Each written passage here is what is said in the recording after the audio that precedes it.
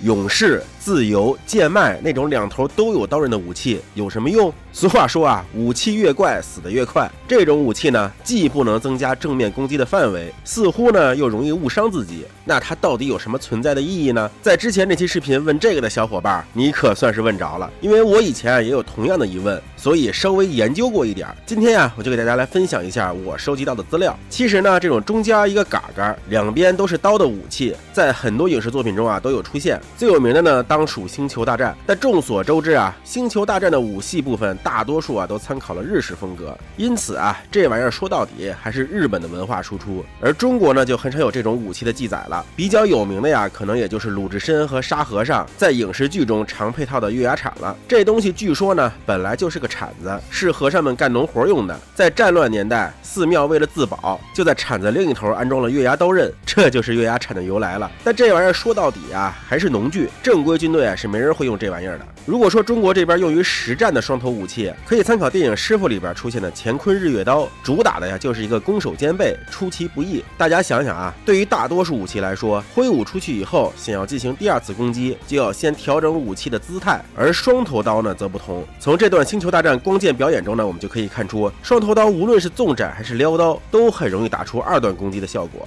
总体看下来啊，攻击频率要比单刀高出不少，尤其是当武器抡起来使用以后，攻击频率更是像棍法一样接连不断。其实这玩意儿呢，放在人类身上啊，还真是不太容易打出效果。一个是两头都是武器，很容易伤到自己；一个是冷兵器互殴，这种攻击频率啊虽然高，但上面的小刀呢伤害却是有限的，可能实际效果还真未必有棍子好使。可是如果机器人使用光束武器来实现的话，那就大有不同了。第一，机器可以通过 AI 计算武器的攻击半径，大大减少了伤害到自己的概率。第二，光束武器这玩意儿啊，不是靠力量来打输出的，只要你光束触碰到了敌人身上，那么就会给敌方造成相当大的伤害。这时呢，高攻速的优势就体现出来了。咱们这里看几个例子啊，首先是勇士打贝亚兰，这里我们看到勇士的起手啊是标准的打了一个回旋斩，只不过呢，毕竟勇士的空中机动不太行，第一刀刀头部分没有砍中的情况下，如果继续旋转身体让刀尾攻击，就很容易因机体旋转一周而失衡了。因此呢，只能选择把刀抽回来，保持身体平衡的同时，用刀尾继续攻击。只不过这个间隙啊，就足以让空中机动性更好的贝亚兰进行反击了。所以说啊，空中性能不好的机子，千万不要随便找人家空中机动性强的机子玩近战。接下来啊，咱们再来看看吉拉打克队，还是标准的回旋斩起手。大家仔细看啊，刀头部分斩了克队的手臂以后，克队做了一个后仰的动作，才躲开了刀尾部分的攻击。不然的话啊，这一刀下来，连手带头，甚至龟壳啊都得被削下来。接下来呢，不知道是什么原因啊，是爆炸还是什么的，反正吉拉在那愣了一下，才打出回刀斩。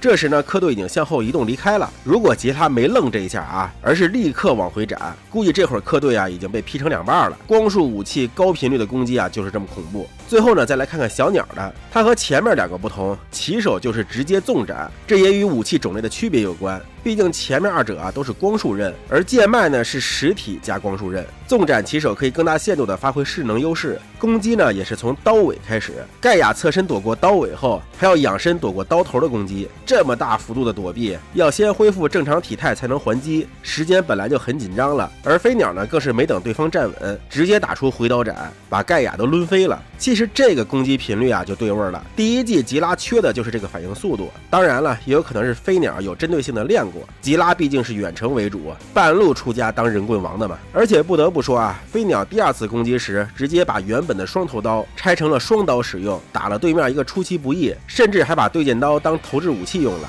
可见他对脉冲的机体熟练度啊，在刚登场时呢就已经相当高了。而上面举的这些例子啊，还都是比较拟人的攻击方式。其实高达作为一种机甲，最大的好处啊，就是可以让关节在一定程度上可以无限制的转动。就比如勇士在游戏中表现出的转刀，不但可以超高频率的打出行云流水般的攻势，甚至呢还可以在一些情况下以极高的转速充当盾牌来使用。这就是人类无论如何也很难做到的了。顺带一提啊，你看总帅的沙扎比没了双头刀，还想保持攻击频率，是不是就只能在那瞎鸡巴砍了？所以说啊，双头刀这种武器虽然以我们人类的角度来看确实并不是那么实用，但是放到科幻机甲作品中啊，却又意外的符合人类对该武器的期待，并不是单纯的好看而已。好了，以上就是本期视频的全部内容了。视频制作不易，希望大家多多点赞支持，我们下期再见。为什么只有高达 SEED 中出现了斩剑刀？首先要提2点，第一个是这玩意儿其实叫对剑刀，斩剑刀这名字有点夸张了，那是超级系范畴的。第二个呢，其实在 UC 系也是有类似的概念，比如 ZZ 高达的高出力光束军刀其实也是有对剑功能的。那么大家常说的 SEED 斩剑刀到底是什么概念呢？其实说白了就是强袭、脉冲、命运这3台机子上面的刀型武器，它是以实体刃为基础，在保留一定实体刃的同时呢，将刃口部分改成了光束刃。那么为什么 SEED 里要出现这种武器呢？抛开众所周知的华丽度、好卖胶不说，其实剧中也是有相关的设定背书的。首先 SEED 宇宙的光束军刀原理就与其他高达系列大有不同。拿 UC 来举例， UC 的光束军刀是用艾力场形成特殊形状的保护层，并在其中呢填充高热的等离子体。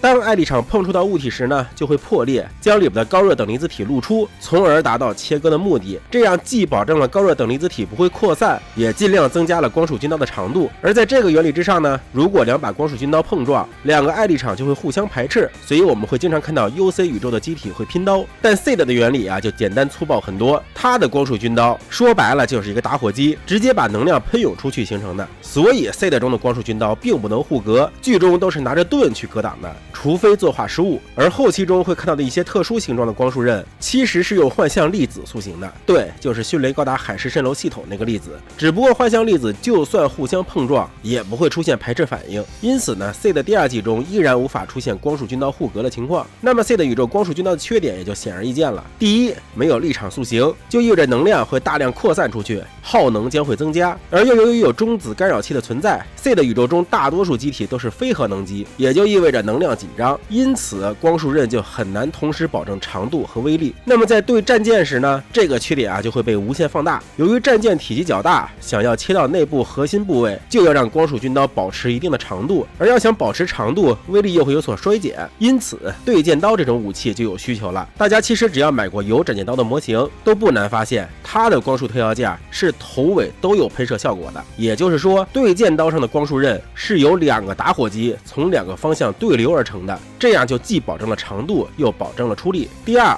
，SEED 中高达系列的 PS 装甲是可以将实体武器在一定程度上无效化的，而他们的盾牌上更是加涂了反光束涂层，所以就造成了本体物防高特防低，盾牌第1层也就是反光束涂层，特防高物防低，第2层 PS 装甲物防高特防低的结果。简单来说呢，就是必须先用物攻刮掉涂层，再使用特攻攻击里边的 PS 装甲。而能开上高达的驾驶员拿盾牌格挡光束武器呢，都是常规操作，因此就需要一种能够破他们盾防的武器。而对剑刀呢，恰好就保留了实体刀刃的部分，尤其是剑脉、刀背整个都是刀刃，那么就可以在对盾时呢使用实体刀刃，对身体时呢使用光束刃。这里大家可以看几个例子强袭的对剑刀虽然实体刃只有刀尖部分，但在砍圣盾的盾时，虽然光束刃被涂层中和了，但实体剑还是会把盾牌砍变形了。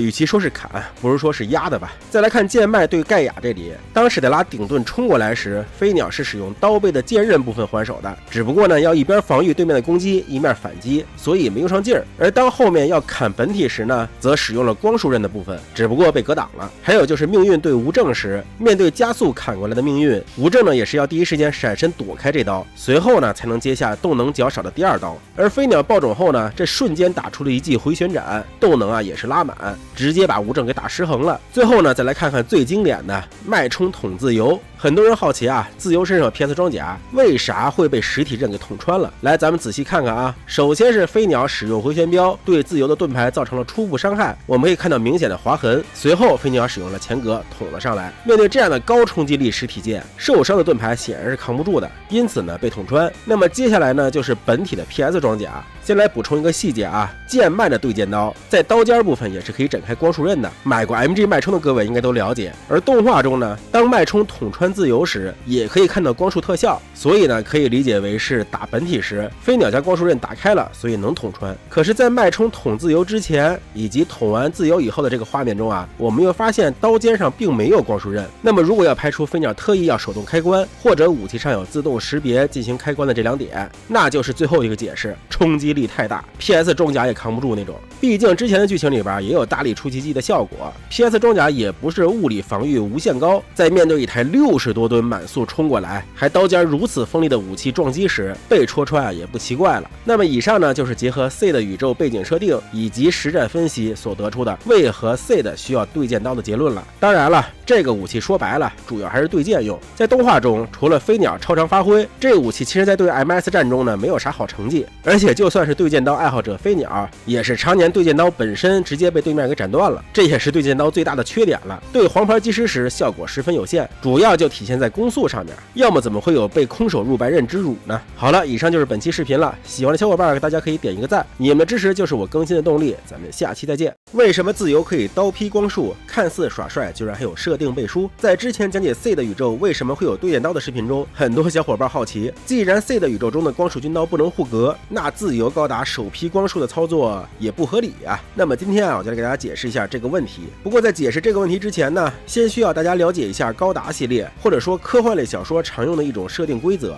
即制造出一个专属于该作品的某种规则。这个规则可能是一个原理，可能是一种物质，那么作品就可以围绕该规则对剧中的各种演出做自圆其说的解释，则我们就该认可这部分演出是合乎逻辑的。当然了，前提是作者的脑洞也别太离谱啊，至少要符合观众的直觉。在高达系列里边比较典型的例子，比如 UC 系的万能米氏粒子，比如00系列里边的万能 GN 粒子。你问为啥雷达失效了？米氏粒子啦 GN 粒子啦。你问机体为啥会飞？米氏粒子啦 GN 粒子啦。你问那些高出力的武器射出去的都是啥？其他形态的米氏粒子啦 GN 粒子啦。而其实 C 的中呢也有一个类似的粒子，不过没有前面二位那么万能，而且剧中呢也很少有正面提及，但出场率却又不少，那就是幻象粒子。比如特殊形状的光束兵器要用幻象粒子塑形，比如说龙骑系统运作时需要幻象粒子作为通信媒介，比如命运光翼开启以后跟在主体后边那些残影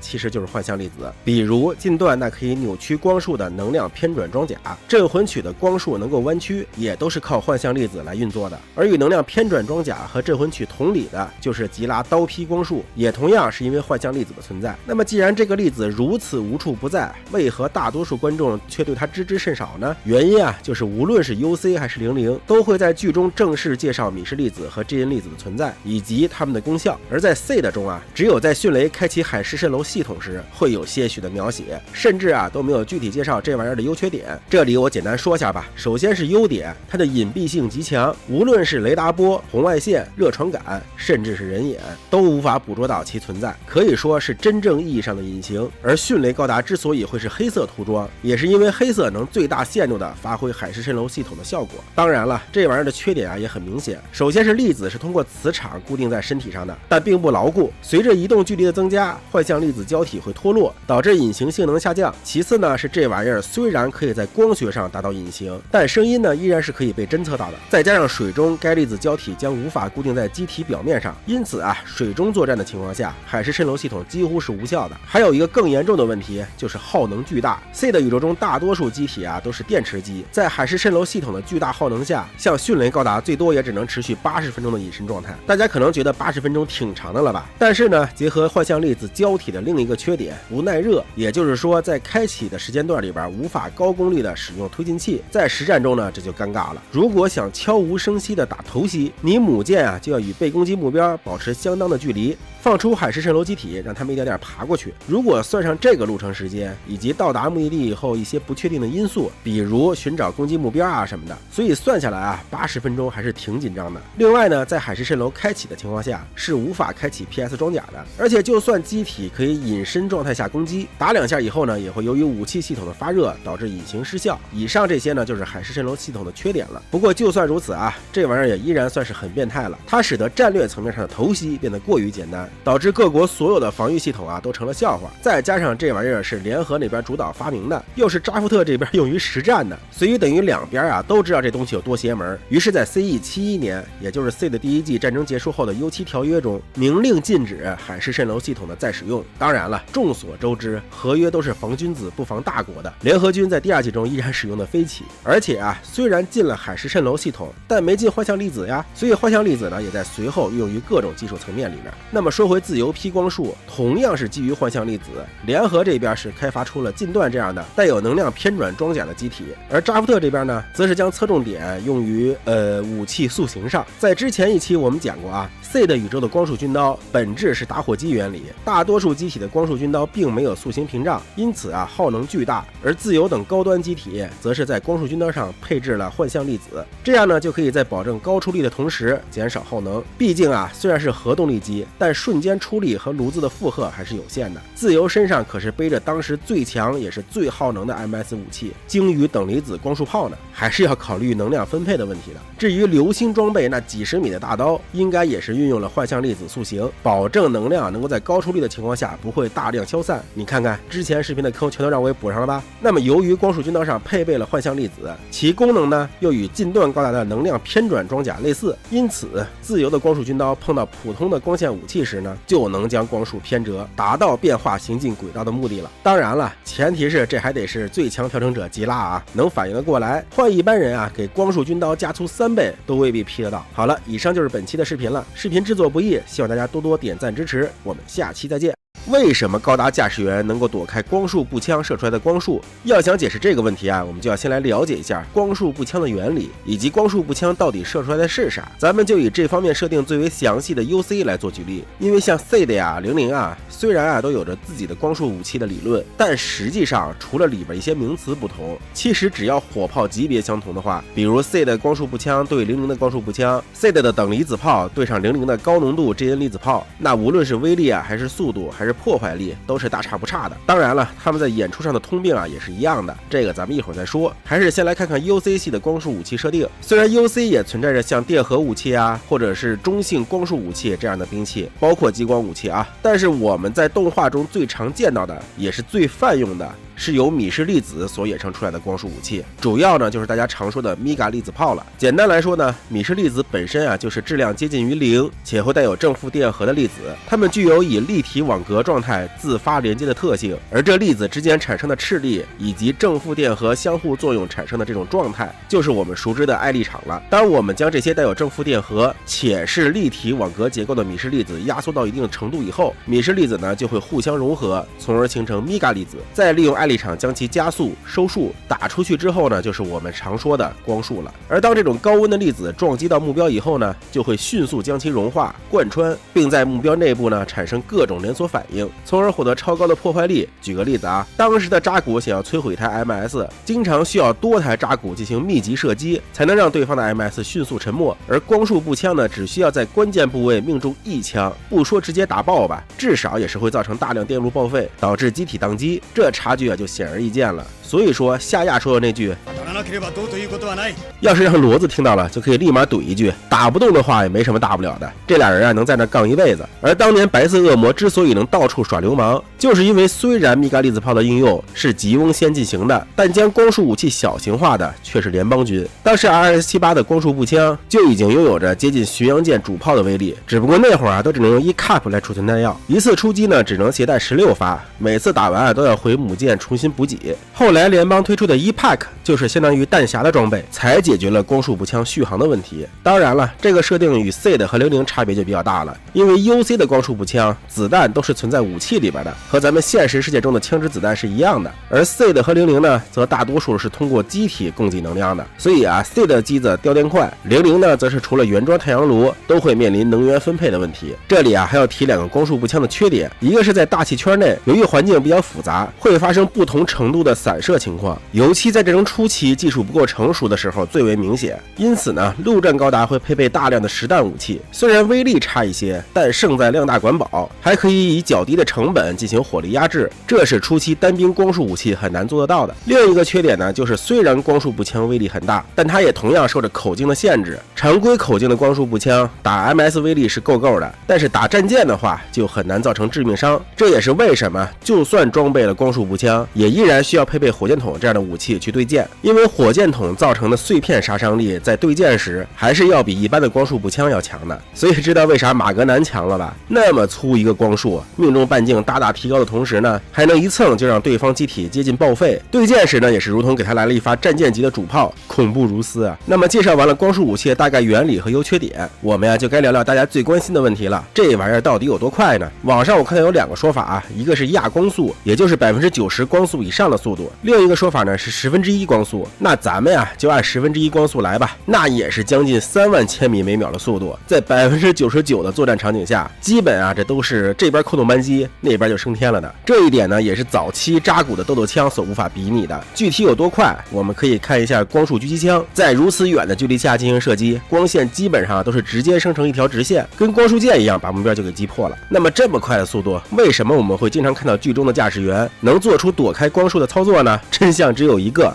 打歪了。其实大多数情况下MS 战都是运动战，在保持一定的距离的情况下，驾驶员从驾驶舱屏幕上看到的敌方机体，其实呢个头并不是很大。举个例子假如你站在10层楼高的建筑物上，楼底下呢有一只哈士奇在狂奔，如果你手里有支激光笔，你能保证一下就能照准那只哈士奇吗？近距离的话就更好举例了，假如有一辆开120迈的摩托车从你眼前经过，你能保证你手里的激光笔一下就能照准对方吗？这还只是同一水平面的，要是到了空战或者宇宙战，那就是 XYZ 3轴了，难度更是可想而知。这时呢，可能有人说了那高科技机体不一样人家都是有东西帮忙锁定的呀。那确实只不过呢，在 UC 这种雷达普遍失效的环境下，机器锁定效率远没有你想象那么高。而且呢，你锁定敌人时，敌人的机体呢也会发出被锁定的警报。这个时候，万一对面突然改变轨迹，你再一犹豫，这一来一回误差可就大了。那么既然大家现在都搞明白光束武器到底是个什么东西了，那高达剧中各种 bug 也就显而易见了。首先，就算有被锁定的警报，大多数机体要想仅凭警报就立刻从静态转为动态躲避光束武器，那几乎是不可能的，除非它是有量子力学加持。其次，很多剧中的光线武器呢都会有慢慢逼近的画面，其实呢也不太准确，这玩意儿基本都是瞬间到你眼前的，你是看不到逼近的过程的，除非这玩意儿采用的原理和传统光束武器不同。所以说